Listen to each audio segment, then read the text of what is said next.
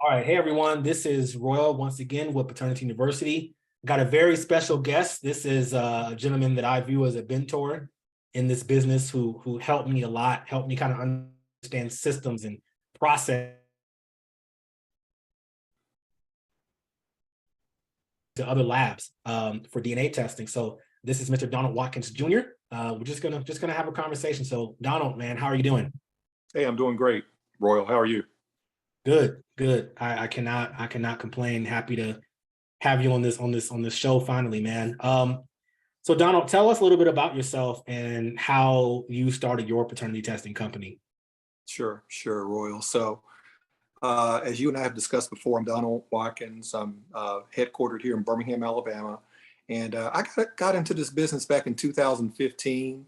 I had a friend of mine who lives in Denver, Colorado, who got into the business first. She was working in corporate marketing at several big corporate marketing companies, and she just got a little tired of corporate or really wanted to do something on the side to try to generate some side income. She actually had a cousin who was in the DNA testing business. Ironically, the cousin lives in Texas.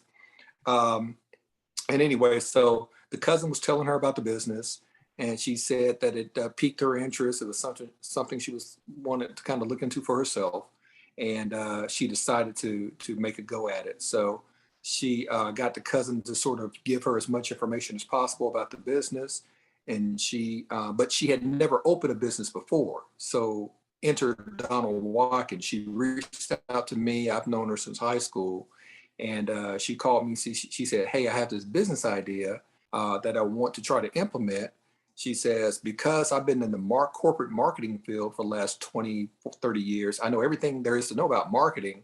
I don't know anything about starting a business. And I know all you've done, all your entire professional career, start businesses. So I was wondering if you could help me with that. So I said, yeah, sure. I said, what's the business? So she goes into detail about the business, and every aspect that she described to me about the business um, resonated with me, because every business I've been in since I've been an entrepreneur, since I got into entrepreneurship back in 1995, and really before 1995, even back in college in 1991, every aspect about it resonated with me. The fact that it was a service-oriented business and not a product-oriented business. I'm real big on service businesses and not product businesses. I don't like dealing with inventory and receivables and payables and all that stuff.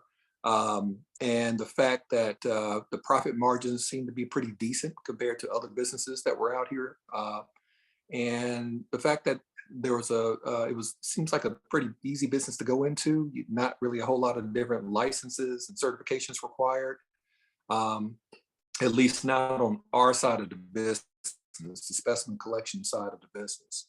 And most importantly, it didn't require a whole lot of upfront capital to get into the business. So Mhm. those four things resonated with me, and so I, gave her all of the information and tidbits of wisdom I had in terms of starting a business to help her get her started.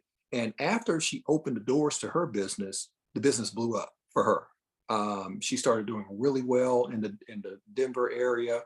She and because of her marketing prowess and her marketing acumen, she knew how to tap into the various clients, really a lot of B2B and B2G Mhm. clients that she tapped early on, which helped her business to take off. So she immediately started sending flyers out to the courthouses, to the law firms. She started reaching out to all these different places, hospitals and OBGYN offices, and she was real big on flyers. She's real big on just sending out flyers once a month to all these different places. And before you knew it, she started getting callbacks from all these different places saying, "Hey, can you do this case for us? Can you do that case for us? Hey, we got 5 cases over here. Can you come do that? Hey, can you just come to the courthouse and post up? And Mhm. and as the judge goes through her docket, those cases for us." And so her stuff started blowing up. And so she eventually opened a second location in Colorado Springs, I think. And then she went on to open two more locations out in California. And so that was 2012. So fast forward, I'm monitoring her progress over the years. And in 2015, as I'm talking to her and she's telling me all this stuff, oh yeah, I do DNA testing for the Denver Broncos and for the Denver Nuggets, and the athletic trainers of those teams. They call me whenever one of their players gets into trouble and gets some girl knocked up and all this. I was like, oh my God, this is incredible. I said, Tiffany, her name was Tiffany. I said, Tiffany, you got to help me open one here in Birmingham. So she said, I'll be happy to. So 2015, I decided to open my own business. Of course, I know everything about starting a business, but I don't have a strength in marketing. So I had to rely on her to help me with the marketing. And that included how to market the business, how to set up the website, how to keyword my website, search engine optimization, all those different aspects of it, So she turned around and reciprocated and shared with me all of the tools of the trade up from the marketing side. And I got the business up and running. My wife and I incorporated the business in 2015. And we got it up and running near the end of 2015. And fast forward, here we are later, 3 locations. We probably had our best year in sales to date in 2021. And just looking forward to seeing what 2023 brings to us. Okay, good stuff. So you say that you own businesses prior to this, service-based business. I know what they are, but would you like to tell the audience what businesses or what business that you had and sold prior to your DNA testing business? Sure. So I operated well, let's go back to college. So I went to college in Morehouse College. In Morehouse, I really started my first business. Okay. My first business was a barber shop at Morehouse College. I don't know if I told you that yet. My freshman year, I had the hardest time trying to find a barber on campus. And then the last barber I think I went to my freshman year, the guy was just terrible. He messed up my hair. It was so bad that when he was cutting my hair with the clippers, I guess the guard on the clippers that he was using was broken. So he was holding the guard down on the clipper with his finger. Oh my gosh. As he was trying to cut my hair. And the guard popped off in mid haircut. And I just said, you know what? I can do a better job of this on my own. So I decided to learn how to cut my own hair. And then after I figured out how to cut my own hair and figured out in the process of cutting my own hair that I'm ambidextrous, so I could cut hair with both hands. I decided to go ahead and start cutting my own hair. And then I started cutting other classmates' hair. And pretty soon I realized, hey, I could kind of do this and charge money and make a little bit of a living out of this. And that's what I did. So I started cutting hair in my dorm room, but my customer traffic flow was started to grow so much that I decided, okay, this is a little unsanitary to have all this hair in my dorm room. I said, let me move this operation, because it became an operation, to the dormitory bathroom. So I basically would start cutting hair out the dormitory bathroom. And I went so far as to every business I've gone into, starting with this business being the first business, I've always believed in being professional. So this business, I went out and bought a barbershop sign that I posted up outside of the dormitory bathroom.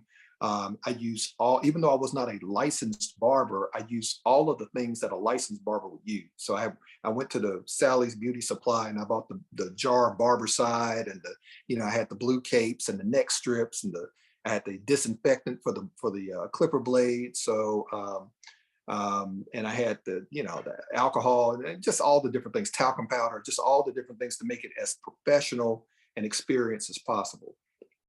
Sooner, next thing you know, everybody started coming to me, and it got to a point I had to post an appointment schedule on my dorm room door.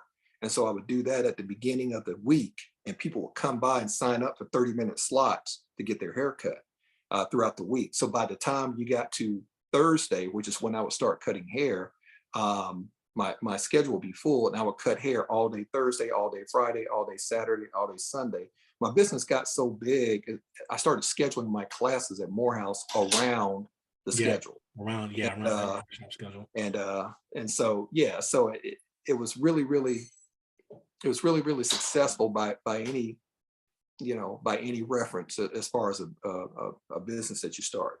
So that was my first business, and I consider that a real business, even though I wasn't licensed and even though I didn't really cut hair for the public. but I did cut hair for a number of students and administrators on the campus. We even had, girls coming over from Spelman to get their eyebrows arched, get their neck tapered up in the back, and things like that. So from there, after I graduated from Morehouse, I did an internship at a law firm out in San Francisco, California. It was a 12-month internship because I had designs at one time to go to law school and maybe become a lawyer. But after a while, after I completed that internship, they invited me back for a second year, and I told them I would think about it over the summer because I wanted to go home. I was tired of working at the law firm. I wanted to go home, decompress, and then I would think about it and decide if I was going to go back to San Francisco in the fall. But when I came home that summer of 1995, I had a long conversation with my parents, and I was trying to figure out what my next move is going to be, if I'm going to go ahead and do this law school thing, if I'm going to continue working at this law firm, or if I was going to do something else.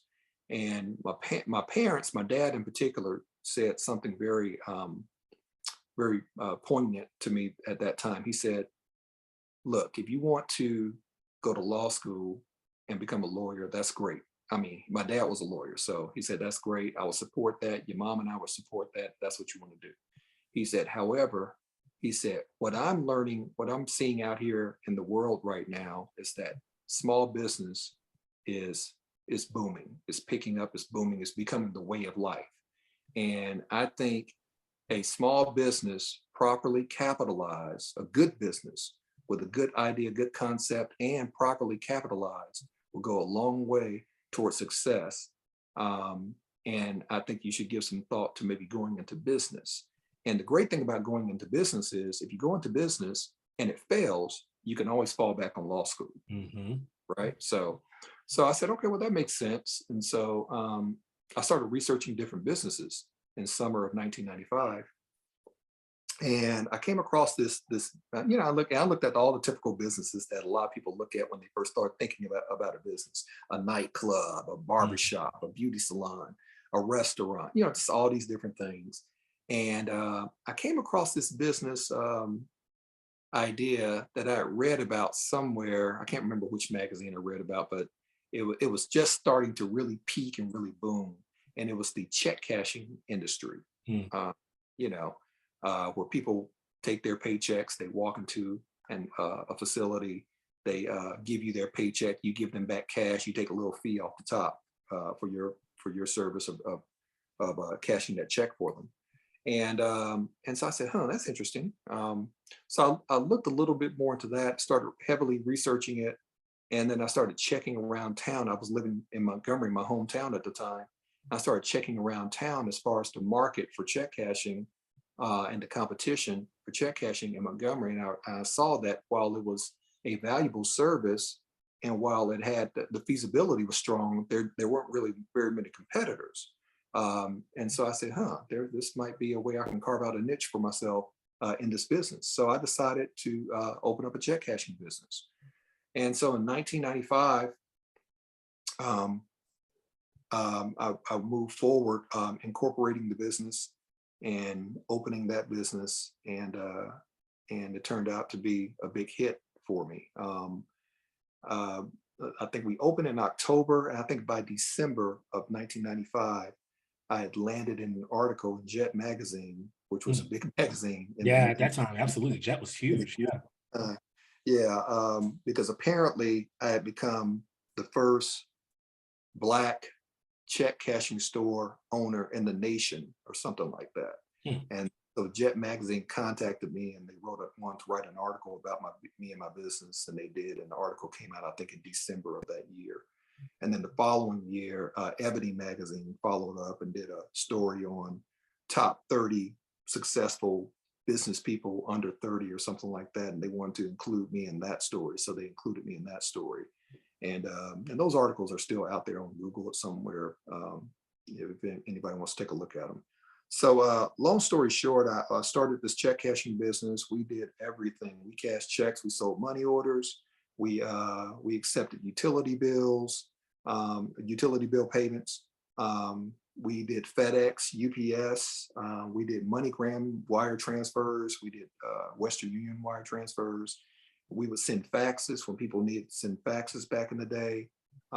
Just any services that both a bank and Kinko's could offer, we Mm. sort of incorporated all those services. And anything I can make money on legitimately and safely, I did. Mm. So it even got to the point, Royal, where in that business, I noticed when people would come in, every time somebody would come in, they would typically need a pen to fill something out, fill out a form, fill out a piece of paper, fill out write the amount on a bill or whatever.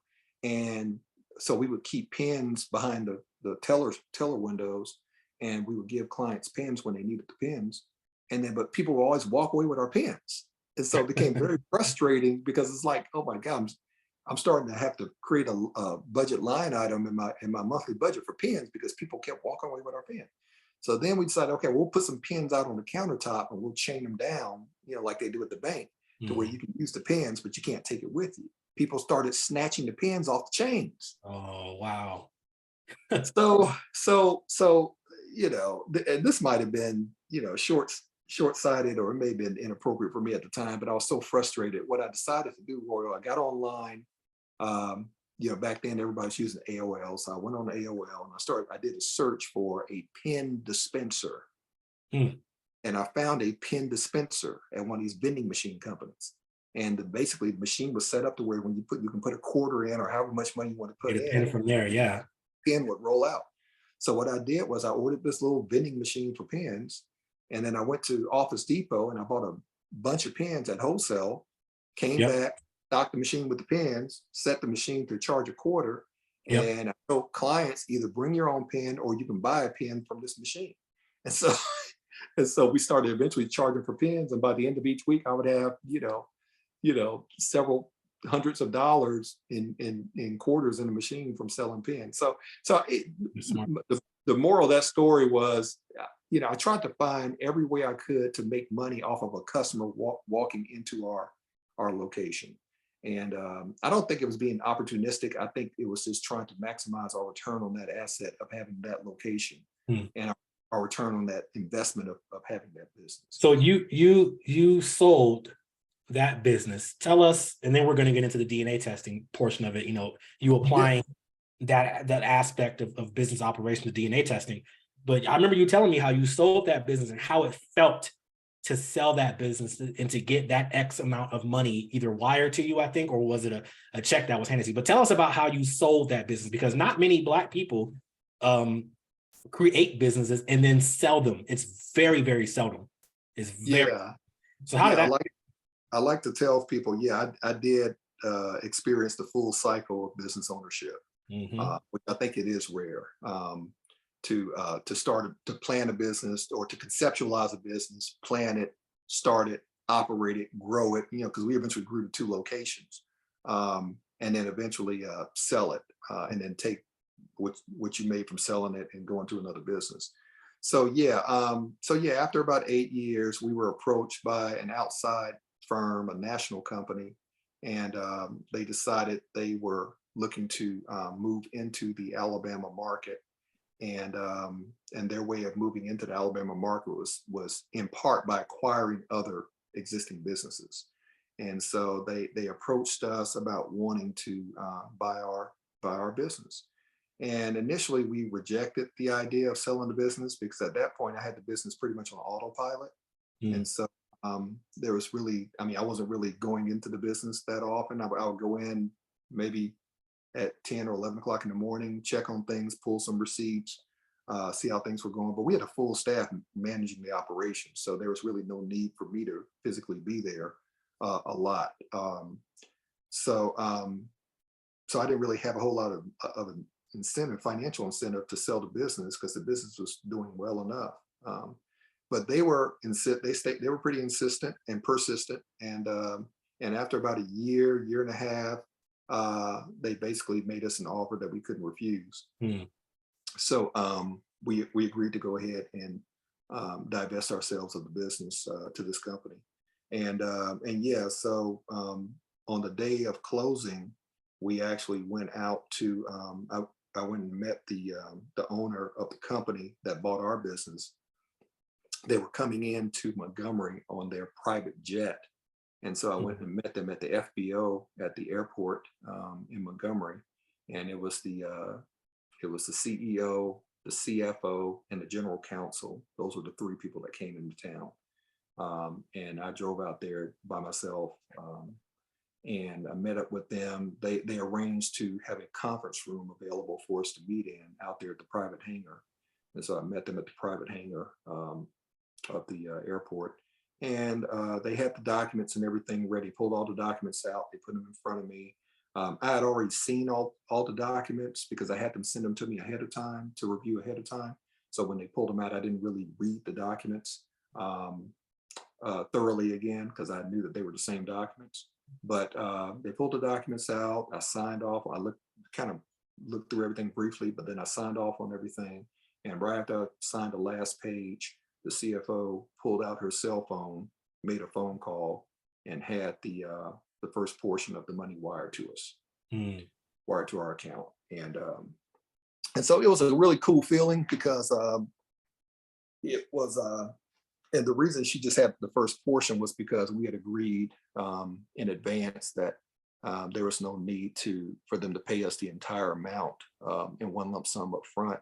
So we agreed to go with a portion of the total sale price up front, with the remaining balance paid a year later with, on a promissory note with interest. So, it kind of gives you something to look forward to, right? So, Yeah. So that's the reason we did it like that. But it was really cool to kind of see that happen and to experience that, and to know that when I left that airport that, a pretty nice, big chunk of money had been wired to our business account, and that that we were, had handed that business off to someone else. They also paid me, asked me to stay on as a consultant for 3 months after we sold the business, and they paid me to stay on as a paid consultant for 3 months just to ensure a smooth transition with our staff members as well as with our clients. And so I agreed to do that. And then my final, the final thing I did with regard to that business, my final sign off on that business was, as a show of appreciation to all the clients that helped us to be successful, I took out a full page ad in the newspaper thanking the community, all of our customers, all of our staff members, and everybody that helped make our business a success for all those years. And I took that ad out in the local newspaper and had that ran, and and that was just my way of thanking everybody and letting everybody know that that the business was changing hands, and and I thought it was just best for me to do that. Yeah, that's really dope, man. That sounds like, I don't know if you ever watched that show Succession, or just like, I do. So, I've seen yeah, that just sounds like some, you got Logan Roy flying in on his private jet and coming in and like, all right, let's get this done. And then, the Jerry, the CFO or whoever, makes that call. And next thing you know, you get this, Grand Theft Auto amount of money input into your bank account. That's pretty cool. So let's talk about the DNA testing business. To it, your friend helped you get into it. What do your first DNA test, that feel when you got your first one, that first amount of money, that first sale? Like in every business, man, it felt really good. It lets you know that, hey, this thing is real, it can work. And I just got to figure out now how to get the second sale and the third sale and the fourth sale. So, you get excited, but you don't rest on your laurels because it's just the beginning. And but no, I felt really good, man. I it's one of the best feelings in the world when you can take a leap of faith and step out there and take a calculated risk, if you will, and step out there and try to make something out of nothing, man. And it's just, it's one of the best feelings in the world when it works out.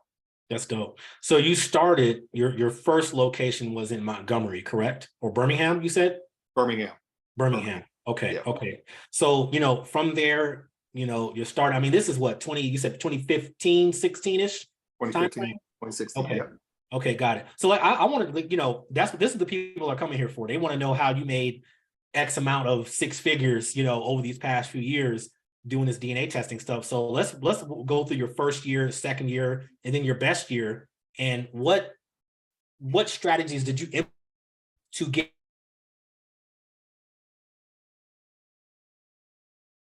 what the people are definitely tuned in for and excited to see.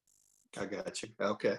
Yeah. So 2015 was really, I think we maybe had just a handful of sales because we started at the end of that year. At the end of the year. Yeah. 2016 was the first full year that we were in business. And again, we started in Birmingham, and everything picked up pretty quickly. I think all of the efforts that we put into our marketing, our advertising, and just doing everything we can to get our name out there paid off. We found early on that Google Ads was probably our most effective means of advertising. And so we poured a lot of energy into making sure our Google Ads were optimized, making sure our search engine optimization was up to par, and make sure we just had a really solid website that tied into our Google Ads and our Google business listings. And I think that was the reason that we were always getting phone calls. So in 2016, we basically were just in the Montgomery market, and I think we did pretty well. I'm going to try to, I can't remember the numbers off the top of my head, the actual gross Yeah. numbers, but I do know that for those first 3 or 4 years, our gross numbers increased exponentially. So we'll just say the first year may have been 50,000. If the first year was 50,000, the second year was 100,000. Mm-hmm. And the third year might have been 200,000, and then the fourth year was close to 400,000. So something like that. Mm-hmm. But yeah, so that first year was figuring things out and trying to work out all the kinks of the business and trying to figure out what our top selling products are, trying to figure out where our market is, like who's coming to see us. Is it Black people, white people? Is it older people, younger people? Is it students? Is it, are these people that are with infidelities? Or are these people that just want peace of mind? Are these people that are being sent to us for legal cases, divorce cases? Like what is our market? And we sort of found out over time that it's spread pretty evenly across the board. It could be a little bit of anything. So we just spent that first year just kind of growing things and trying to figure out where to take this business beyond Birmingham. So that was 2016. 2017 was when we decided to go ahead and launch. We actually launched, I think, 2 locations in 2017, both the Montgomery and the Atlanta location in 2017. I think Montgomery was first because it was as easy as I was from Montgomery, and I already had an operating partner, if you will, who was prepared to take on the Montgomery location for me. And so we did Montgomery kind of, that was pretty much in our sleep. We did that in our sleep. The Atlanta location was going to be a little bit different because bigger market, more competitive market to penetrate, and more expensive market because obviously everything in Atlanta is more expensive. So rental space and all these things, what we pay to the people that work for our business, everything's just a little bit more expensive. So we spent 2017 launching the 2 new locations and got both of them launched successfully. And we basically just put into place the same marketing things that we did for the first location. We ran Google Ads in both markets, in both the Montgomery market and the Atlanta market. And we also optimized the websites. We had separate websites for all 3 locations initially. And so we would make sure the websites were keyworded properly and make sure that each website was search engine optimized on Google and throughout the internet. And so, as it worked out, everything just kind of, those locations kind of took off as well. And I don't know how Atlanta did it, but Atlanta was able to cut through the competition, man, and kind of rise to the top, if you will. I mean, we were getting a boatload of calls from the Atlanta location. And so it took me a minute to figure out why we were getting so many calls. And I'll tell you why in a little bit. Sure. But that was 2017. 2018, the biggest change for us in 2018 is we sort of found out about or realized that we could make more money in prenatal paternity testing. Okay. We had started it in 2017, but it really kind of took off for us in 2018. And we realized that 2018, the profit margins in prenatal testing were bigger. The gross dollar amounts were bigger. prenatal market, prenatal testing in my mind was it was the what do you call it? The essence of working smarter instead of harder. Mhm. You know, depending on how your model's set up, whether it's set up like yours, where you dispatch people to an any lab test now and let any lab test now do all the work, or if it's set up like mine, where we have our own locations and we, people come for their appointments at our locations and we use contractors to draw the blood. Whatever your model is, it's possible to have a pretty hefty, to build some pretty hefty margins into that product, depending on where you are. And so we decided to start pouring more of our marketing energy into the prenatal field and see where that would go. And it sort of took off for us. Yeah. So that was, go ahead. Mm-hmm. And I was going to say, I mean, and essentially, as of late last year, you've essentially rebranded to like the NIP Center. At least like your website is now named the NIP Center, meaning non-invasive prenatal paternity testing. And for y'all who may not know this, non-invasive prenatal paternity testing is testing when the mother is still pregnant, doing a paternity test when the mom is still pregnant, which is a high demand, highest revenue test that we can offer, essentially. High demand. I get calls for it.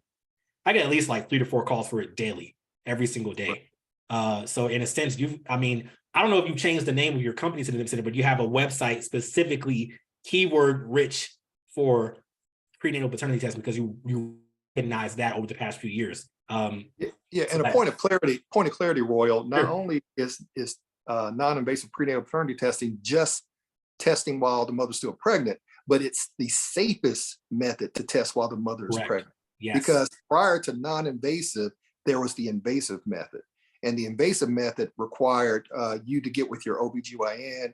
Your OBGYN takes this big needle or plunger or whatever, and she inserts it into the womb and tries to extract the DNA from the baby directly from the fetal sac.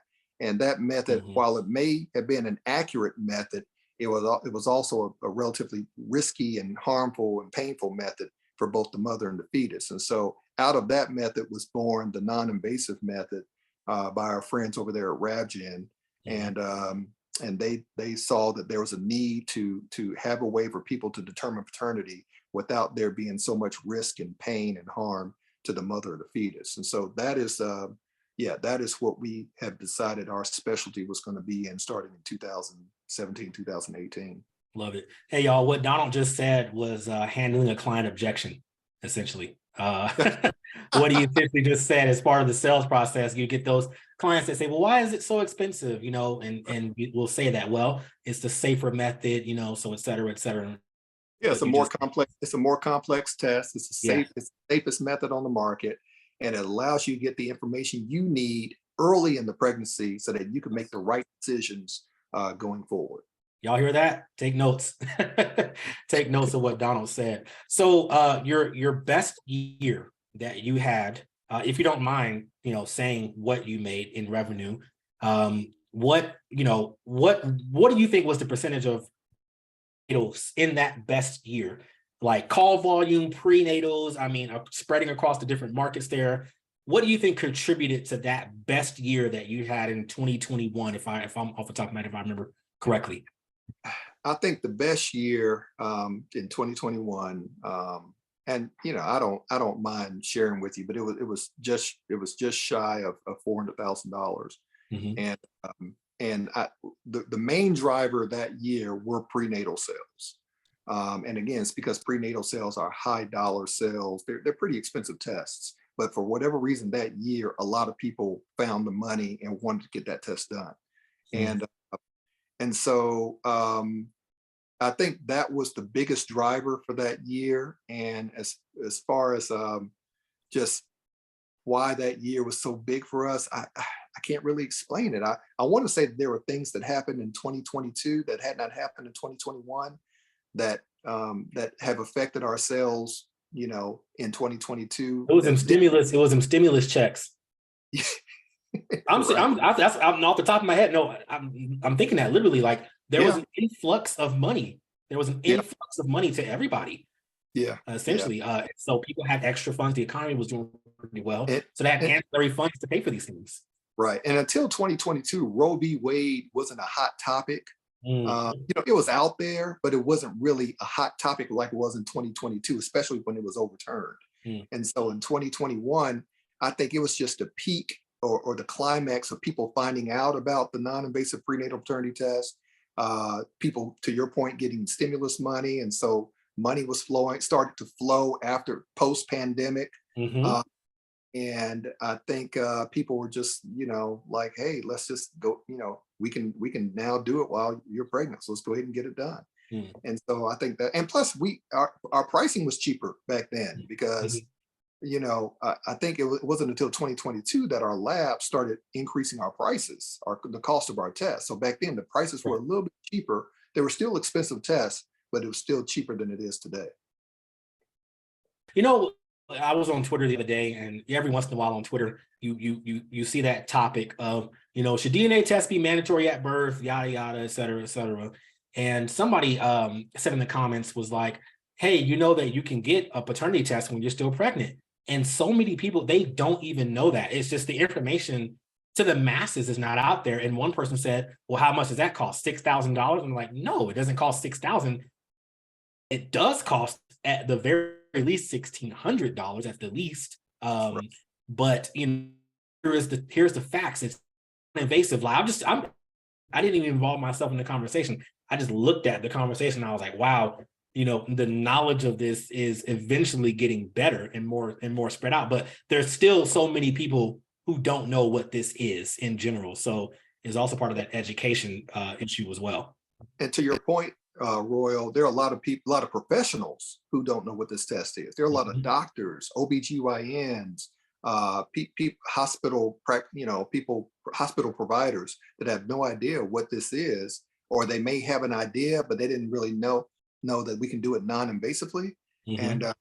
and so, I found just from our business that we've been doing, because we go off site, we do a lot of mobile testing. So we'll go to hospitals, we'll go to maternity wards, um, we'll go to OBGYN offices. And we're finding out that a lot of these people just don't know that the service is out there. And I think it's because it's not really a healthcare service. It's Correct. not really a medical service. So therefore it's not part of the medical lexicon, if you will. It's not Right. part of what doctors learn about when they're doing their residency or whatever they do, because it's not that kind of service. It's more of a scientific test or clinical test or whatever you want to call it. Some people might even call it a speculative test, but Mhm. but we know that but you and I know, and most of the people who are in this business know that it is a science-based test. It's based Mhm. on DNA. And so it's a real test that can deliver, very accurate information and results to the people who are interested in the test. Yeah, 100%. Yeah, I get so many calls from people that are like, "Is this covered by insurance?" And it's not. And like you said, it's not in that insurance slash medical lexicon. That system is not covered by insurance. So therefore, most doctors or people in that system, they just don't know about it. And so Right. it's up to us to that B2B aspect is to educate them and saying, hey, this is something that we offer to your clients. If you don't want to offer it to your clients directly, fine. We can offer it. We can assist them if they come up with those questions. So in closing out over the next few minutes, what are some tips to some new DNA agency owners that you'd like to provide when it comes to marketing systems, growth, expansion, et cetera, from your perspective? I mean, you've been doing this now for going 8 years now. So what are some tips that you have to the new folks that are just starting out? The biggest tips are just to, when you first start out, you're not going you're not going to get rich, at least not in the first year. You definitely won't get rich in the first week or the first month or the first 6 months. So you have to give it some time. You have to give your business time to get seasoned and to materialize. And also you need to figure out where your business is going to go. Everybody's business is different. I think Royal's mom is in the business, and your mom, I think her focus is on deceased The CSAT. testing, Yep. deceased party testing. So she specifically goes to, if I'm not mistaken, goes to funeral homes and collects her DNA samples directly from the corpses at the funeral homes. Correct. So everybody has like their own little niche that they're comfortable in. Our niche is prenatal testing. We still do a lot of legal afterbirth testing as well, but our niche, my comfort zone is prenatal testing. It's so much so that I went out and became a certified phlebotomist myself. Yes. So I can be on the front lines, especially in our Birmingham office, and help out in that regard. But yeah, I would just say, just kind of keep your nose to the grindstone, stay focused, stay thirsty, don't leave a single dollar on the table. Okay. Sometimes we have a tendency to get frustrated with customers if they call us with stupid questions, or if they call us and set up an appointment, then they cancel on us for some reason, and then we're ready to write them off altogether. And sometimes, if you just kind of stay the course, go ahead and set that second appointment, or go ahead and tolerate that stupid question. There will likely be an appointment at the end of that stupid question. There will likely be an appointment at the end of that second appointment. You just got to stay vigilant and continue to work, and don't get frustrated with the shortcomings of starting a new business. Yeah. Speaking of which, one of my students said that she, was calling around, doing market research, calling around to different paternity testing agencies in her city. And she just asked the question that, probably some regular people would ask is, hey, do you all use accredited labs to do your test, right? The person responded and said, what do you think? Yeah, that person's trying to leave money on the table. Yeah, exactly. It's just like, yo, professional, like how you said, you focus on professionalism. Even back in 1991, which you're going to age yourself, but that's the year I was born, by the way. All right. Oh, wow. Back in 91 at Morehouse College, right? You being professional. And so now, taking that professionalism and using it for your paternity test, your DNA testing agency. And yes, you might get silly questions. I get the same questions every single day, the same ones. Yeah, some of them are a little frustrating, but guess what? They don't know this stuff. They don't know. Information I was going to say that they don't know. You can't assume that they know, because you work and live in that world, and you deal with it every day. You know it like the back of your hand. But somebody calling your number for the first time, they may have an idea, but they don't really know. They don't know how much it costs. They don't know what's involved. They want to ask all these questions because they just simply don't know. And so when you take that for granted, you set yourself up to leave money on the table. That is 100% correct. They want, I sold a prenatal paternity test last night for $1,700, right?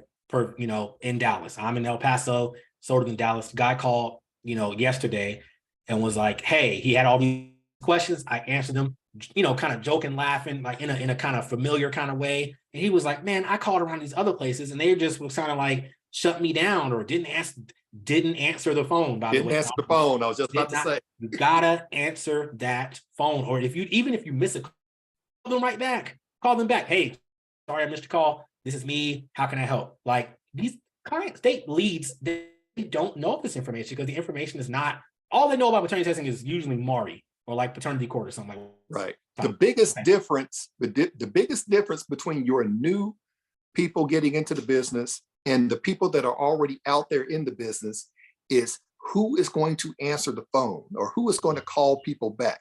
The person that answers the phone and calls people back will be the ones that land the business. And so your new people should be the ones who call people back the most, because they're new. They should be the hungriest. The people that have been out there for a while probably aren't as hungry. But the new people who are just getting into the business should be the hungriest. So they should be the ones answering the phones at all times. They should be the ones calling people back. If you can't call them back, send them a text.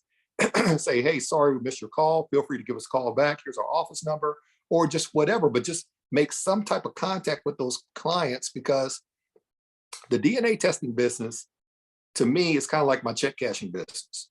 A lot of people didn't know the name of my check cashing business. My business was called Cashing Checks. A lot of people didn't know the name of it. They called it the check cashing plates up on the corner, or the check plates up in the corner. That's what they called it. They didn't call it cashing checks.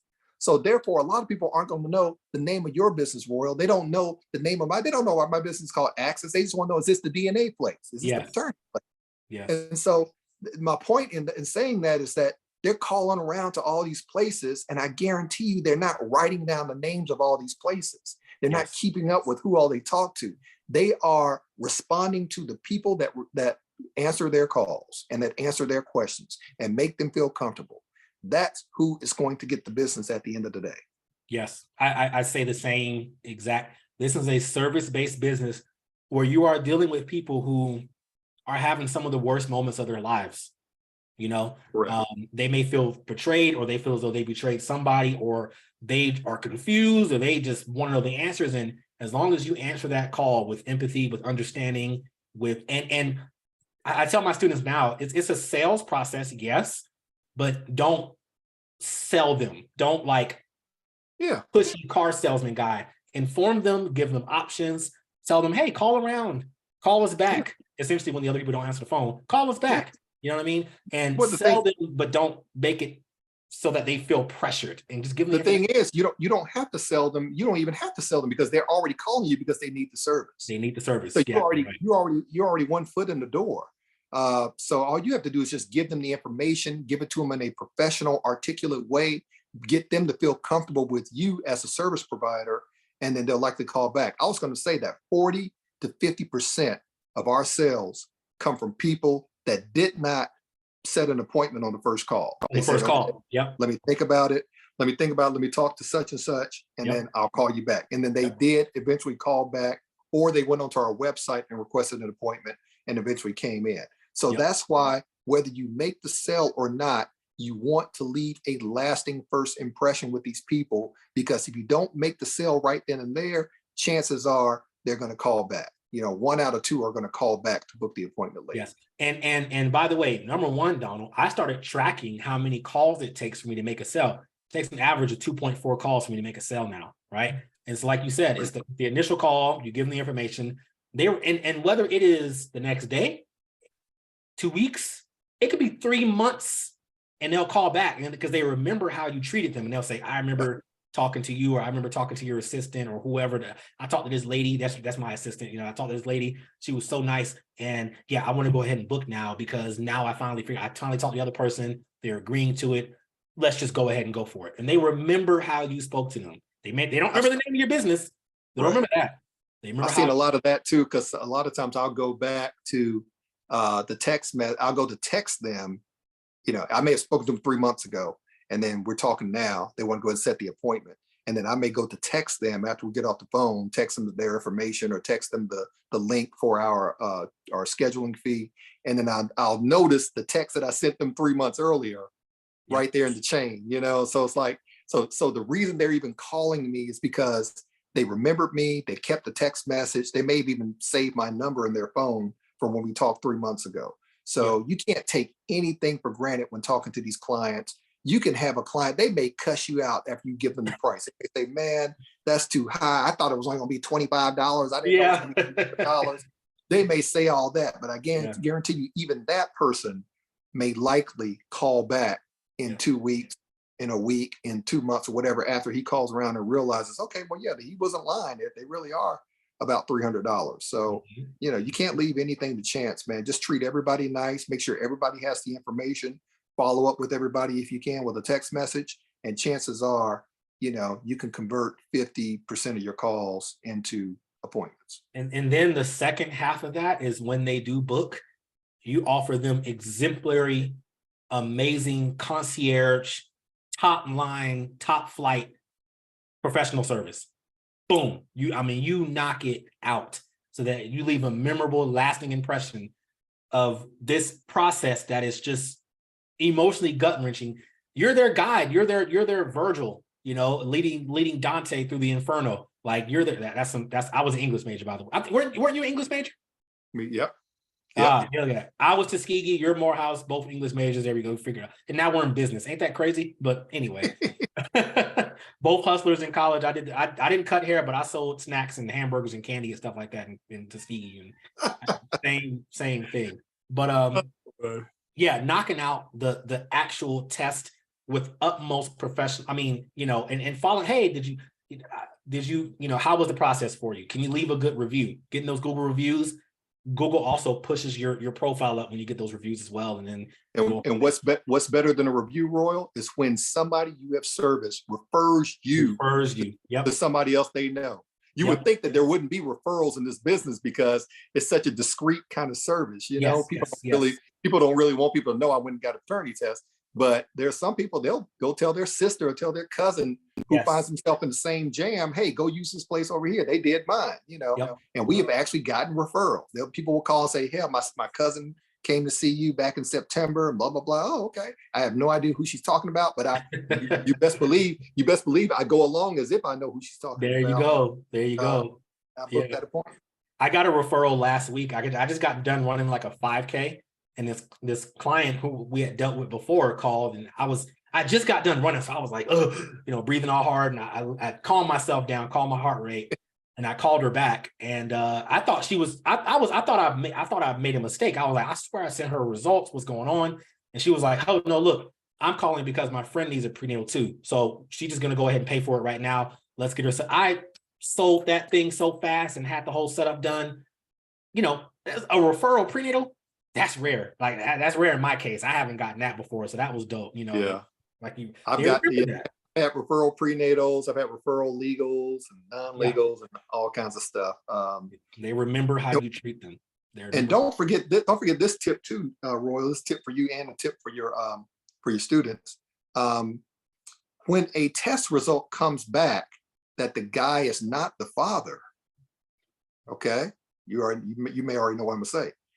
Contact the mother, the pregnant mother, or the mother of the child if this is an afterbirth test, and say, hey, by the way, we offer, this guy wasn't the father. We can offer a confirmatory service on the guy who is the father. Do you want to go ahead and send him in? If it's an afterbirth test, we only charge $100 for them to send him in, and then we can add him to the case and issue a report with his name and the child's name.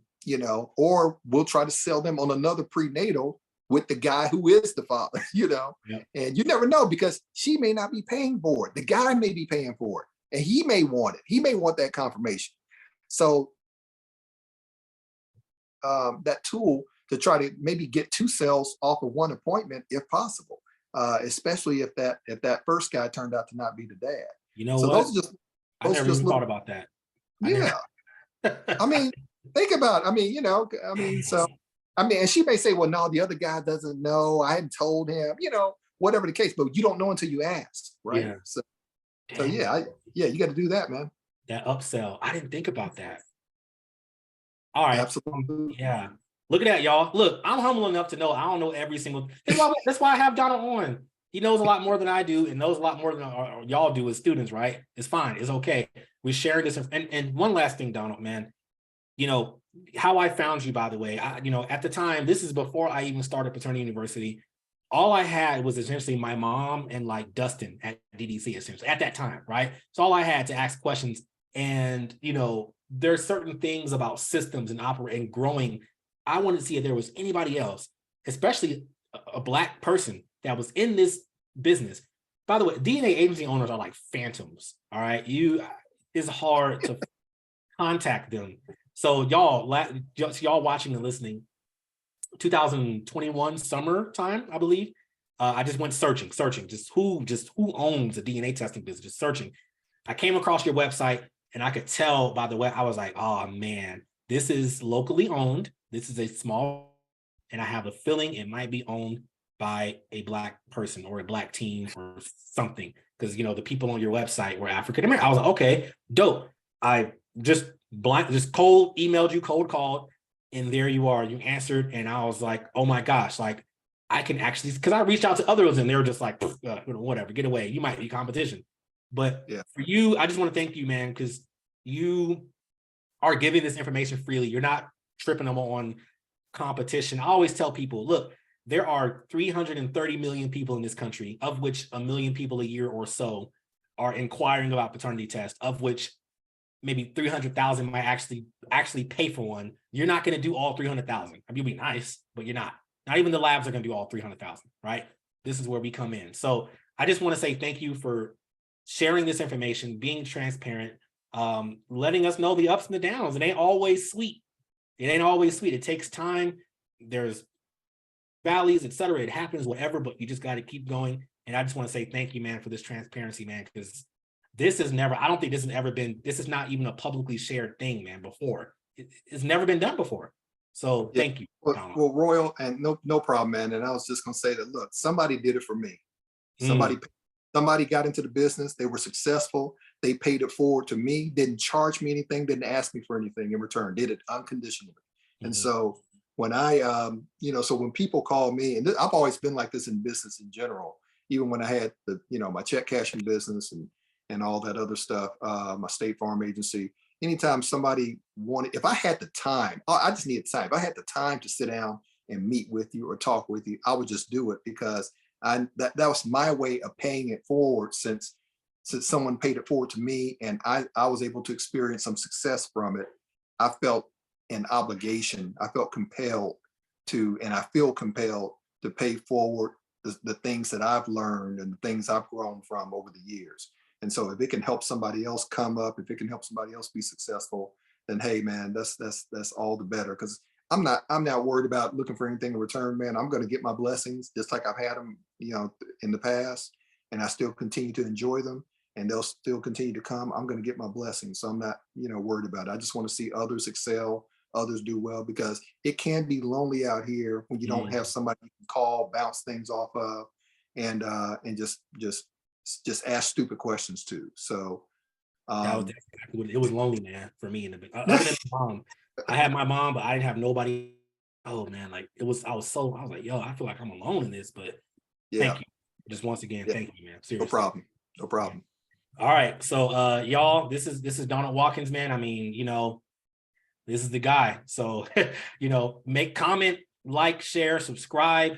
Let us know what you think. What did you think of Donald's journey into this? What you think of DNA testing as a whole. This, I mean, you're hearing it from the guy himself. So thank y'all for tuning in. Donald, thank you so much for being on. I appreciate it. And until next time, y'all, peace. Yeah. Oh.